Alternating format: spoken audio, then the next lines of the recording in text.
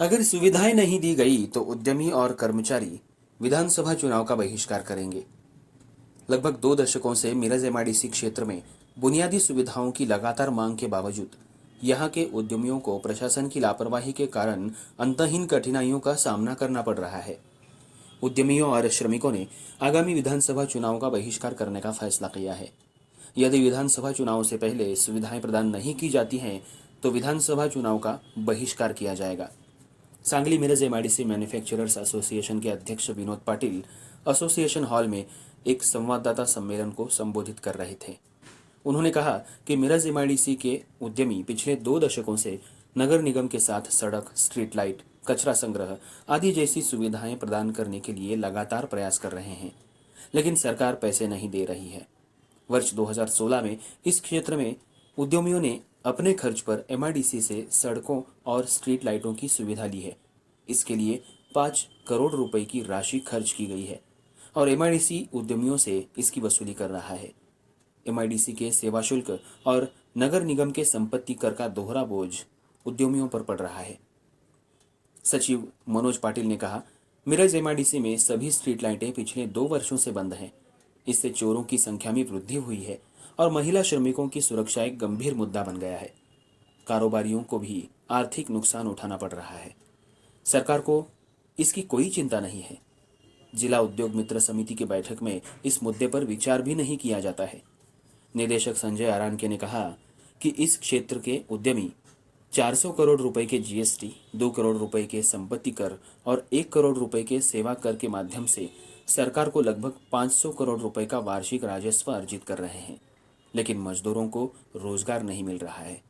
एक तरफ केंद्र और राज्य सरकारें देश की अर्थव्यवस्था को $5 ट्रिलियन बनाने की कोशिश कर रही है और उद्योगों को बेहतर सुविधाएं प्रदान करने के लिए कई योजनाएं लागू कर रही हैं। हालांकि क्षेत्र के उद्यमियों को सुविधा के लिए जिला प्रशासन गांधारी की भूमिका निभा रहा है। पदाधिकारियों ने कहा कि अगर विधानसभा चुनाव से पहले सुविधाएं उपलब्ध नहीं कराई गई तो उद्यमी और कार्यकर्ता आगामी विधानसभा चुनाव का बहिष्कार करेंगे। इस अवसर पर उपाध्यक्ष हर्षल खरे, संयुक्त सचिव अतुल पाटिल, कोषाध्यक्ष उद्धव दलवी, निदेशक संजय खांबे, प्रबंधक गणेश निकम, सुहास चौगले आदि उपस्थित थे। महत्त्वाचा म्हणजे एलईडी स्ट्रीट लाईटच्या संदर्भातला होता तो येत्या 8 दिवसामध्ये हा विषय मार्गी लागेल। 20 तारखेपर्यंत हा विषय मार्गी लागेल। आमचा प्रयत्न असेल त्याच्या आधीच मॅक्सिमम आपल्याला ते सुरू करायचा विषय असेल। दुसरा महत्त्वाचा विषय आहे आपल्या कचरा उठावाच्या संदर्भात।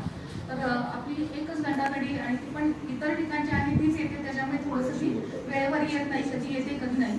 तर आपण स्पेशली आपल्या एमआयडीसी एरियासाठी एक गाडी आपण आणि मोठी गाडी ठेवायचा प्रयत्न करू, म्हणजे 100% ह्याच्यामध्ये अंमलबजावणी होईल। बाकीचे जे काही विषय आहेत ते रस्त्याचा विषय आहे, तर त्याचा एस्टिमेट करणं हा सगळा विषय आहे।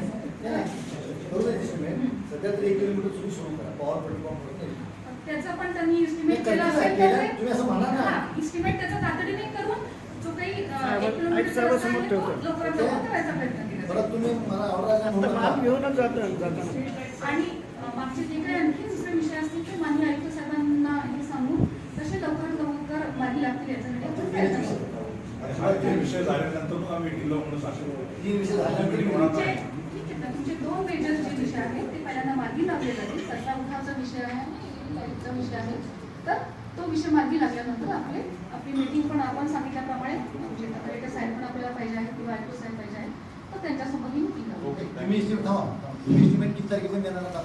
सोमवारी एस्टिमेट द्या। सही येईल लागणार माझा काही विषय नाही, हा टेक्निकल विषय आहे। काय सोमवारी देता आम्हाला